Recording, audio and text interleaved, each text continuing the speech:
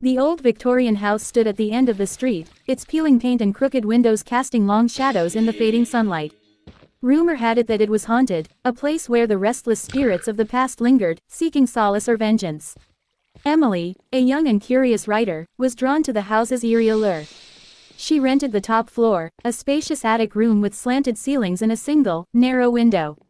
The room itself was charming, filled with antique furniture and a worn, leather-bound book that seemed to whisper secrets from a bygone era. As the days turned into nights, Emily began to notice strange occurrences. A cold draft would sweep through the room, even when the windows were closed.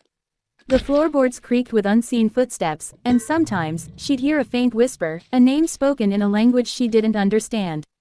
One night, as she was writing, the power flickered and died, plunging the room into darkness.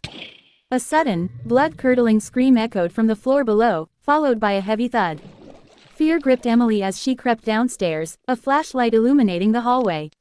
The source of the noise was the living room, where a horrifying sight met her eyes. A man, his face contorted in terror, lay sprawled on the floor, his body twisted at an unnatural angle. His eyes, wide with fear, seemed to follow her every move. As Emily reached out to touch him, the man's lifeless body jerked to life. His eyes, now glowing an eerie red, snapped open, and a guttural growl escaped his throat.